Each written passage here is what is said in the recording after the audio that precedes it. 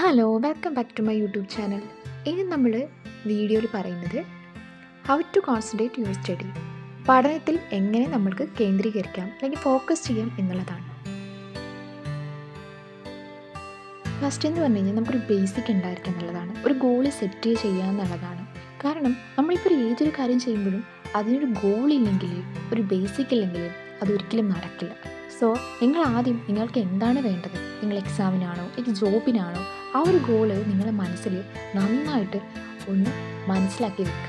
നിങ്ങൾ എന്തിനു വേണ്ടിയാണ് ചെയ്യുന്നത് അത് നിങ്ങളുടെ മനസ്സിന് ഒരിക്കലും മോട്ടിവേറ്റഡ് ആവാണ്ട് തന്നെ നിങ്ങൾക്ക് എങ്ങനെ അതിൽ അതിജീവിച്ച് അതിന് കോൺസെൻട്രേറ്റ് ചെയ്ത് അതിന് ഫോക്കസ് ചെയ്ത് നിങ്ങൾക്ക് പഠിക്കാൻ പറ്റുമെന്ന് നിങ്ങൾ എപ്പോഴും ചിന്തിക്കുക.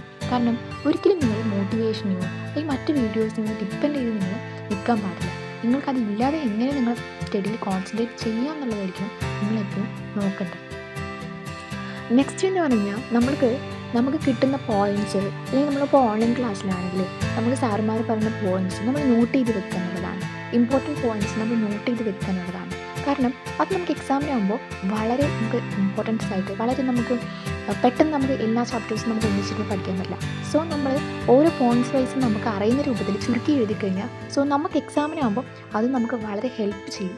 സോ നിങ്ങൾ ആക്റ്റീവ് വാച്ചിങ്, അല്ലെങ്കിൽ നിങ്ങൾക്കൊരു ഒരു വീഡിയോയിലാണ് ഓൺലൈൻ ക്ലാസ്സിലാണ് കാണുന്നതെങ്കിൽ നിങ്ങൾ വീഡിയോ വാച്ച് ചെയ്യുമ്പോൾ ഇമ്പോർട്ടൻസിലെ പോയിൻറ്റ്സ് നോട്ടിൽ എഴുതിയിടാൻ എപ്പോഴും ശ്രമിക്കുക. നാലാമത്തത് പൊമോഡോറോ മെത്തേഡാണ്. ഈ മെത്തേഡ് എന്ന് പറഞ്ഞു കഴിഞ്ഞാൽ 25-30 മിനിറ്റ് നമ്മൾ പഠിച്ചു കഴിഞ്ഞാൽ 5 മിനിറ്റ് ബ്രേക്ക് എടുക്കുക. സോ ഇത് റിപ്പീറ്റ് ചെയ്യുമ്പോൾ നമ്മൾ ബ്രെയിന് ടയേർഡ് ആക്കില്ല, നമ്മൾ ബ്രെയിനിന് അത്യാവശ്യം റെസ്റ്റും കിട്ടും, നമ്മൾ പഠിച്ച കാര്യങ്ങൾ നമ്മൾ ബ്രെയിനിൽ നിലനിർത്തുകയും ചെയ്യും, ബ്രെയിന് ശാന്തമാക്കാൻ സഹായിക്കുകയും ചെയ്യും. അഞ്ചാമത്തെന്ന് വെച്ച് കഴിഞ്ഞാൽ പലർക്കും ഒരു പ്രശ്നമാണ്, ഇപ്പം കുറച്ച് നേരം പഠിച്ചു കഴിഞ്ഞാൽ നമുക്ക് ഒരു വീഡിയോ കാണാൻ തോന്നും അല്ലെങ്കിൽ ഒരു റീൽ കാണാൻ തോന്നും. സോ നമ്മളൊരിക്കലും പഠനത്തിൽ നല്ല ഇമ്പോർട്ടൻസ് അല്ല എന്നുള്ള തോന്നൽ കാരണമാണ് നമുക്ക് അങ്ങനെ പോകാൻ തോന്നുന്നത്. സോ നിങ്ങൾ ചെയ്യുന്നത്, നിങ്ങൾ കഴിയുന്നതും ആ വീഡിയോ ഡൗൺലോഡ് ചെയ്യാൻ ശ്രമിക്കുക. കഴിയുന്നതും ആഡ്സ് വീഡിയോസൊക്കെ വരുന്നത് നിങ്ങൾ റിമൂവ് ചെയ്യാൻ ശ്രമിക്കുക എന്നുള്ളതാണ്. കാരണം അതൊക്കെ നമ്മളുടെ ഡിസ്ട്രാക്ഷൻസിന് ഒരു കാരണമാകും. നമുക്ക് കോൺസെൻട്രേറ്റും കിട്ടാതെ നമ്മൾ അതിലേക്ക് തന്നെ ആയിപ്പോകുന്നൊരവസ്ഥ നമുക്ക് വരും. സോ അതുകൊണ്ടാണ് നമ്മൾ വീഡിയോ ഡൗൺലോഡ് ചെയ്ത് ഓഫ്ലൈനായിട്ട് കാണാം. അങ്ങനെ കണ്ടു കഴിഞ്ഞാൽ നമുക്കധികം ആഡ്സിൻ്റെയോ അല്ലെങ്കിൽ പല വീഡിയോസിൻ്റെയോ നോട്ടിഫിക്കേഷൻ വരുന്നത് നമുക്ക് കുറയ്ക്കാൻ പറ്റും. ആറാമത്തെ വെച്ച് കഴിഞ്ഞാൽ നമ്മൾ പഠിച്ച കാര്യങ്ങൾ റിവിഷൻ ചെയ്യുക എന്നുള്ളതാണ്. റിവിഷൻ ചെയ്യുന്നത് നമ്മളിപ്പോൾ ഒരു ഫ്രണ്ടിനോടോ അല്ലെങ്കിൽ വേറൊരാളോടോ പറഞ്ഞു കൊടുക്കുന്നത് പോലെ നമുക്ക് അഭിനയിക്കാം, അല്ലെങ്കിൽ പറഞ്ഞു കൊടുക്കുന്ന പോലെ നമുക്ക് പറയാം. സോ അങ്ങനെ പറയുമ്പോൾ നമ്മൾ കൂടുതലും നമ്മൾക്ക് ബ്രെയിനിൽ നിലനിർത്താൻ സഹായിക്കും. കാരണം നമ്മളവിടെ ഒരു ടീച്ചറാവാണ് ചെയ്യുന്നത്. ടീച്ചർ പറയുന്ന പോലെ നമ്മൾ കുട്ടികളോട് പറയുന്നത് പോലെ നമ്മൾ പറഞ്ഞു കൊടുക്കുമ്പോൾ നമുക്കത് കൂടുതൽ നമ്മൾ ബ്രെയിനെ ആക്റ്റീവായിട്ട് നമ്മൾ ബ്രെയിനിൽ ആ ഒരു പോയിൻറ്റ്സ് നമ്മൾ എന്താണ് പഠിച്ചത് അത് നിലനിർത്താൻ നമുക്ക് സഹായിക്കും. ഏഴാമത്തത് നമ്മൾ പഠിക്കുന്ന സമയത്ത് ഉണ്ടാകുന്ന എൻവയോൺമെൻറ്റാണ്. കാരണം ആ ഒരു സ്ഥലം വളരെ ബ്യൂട്ടിഫുൾ ആയിരിക്കണം, അല്ലെങ്കിൽ ഒരു നാച്ചുറൽ ആയിട്ട് ഉണ്ടായിരിക്കണം, അല്ലെങ്കിൽ നാച്ചുറലായിട്ട് അടുത്തിട്ട് ഇടപെടുന്ന സ്ഥലങ്ങളായിരിക്കണം. അതായിരിക്കും കൂടുതൽ നമുക്ക് ഫോക്കസ് കിട്ടാൻ സഹായിക്കുന്നത്.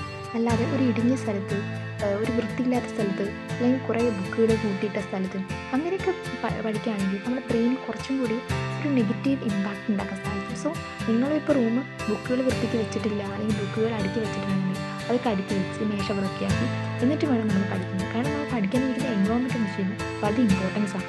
അത് എപ്പോഴും വൃത്തിയായിരിക്കുക, അത്രത്തോളം നമ്മൾ തലച്ചോറിലേക്ക് അല്ലെങ്കിൽ ബ്രെയിനിലേക്ക് ഒരു പോയിൻറ്റ്സ് വൃത്തിയായിട്ട് കയറുമെന്നാണ് പറയുന്നത്.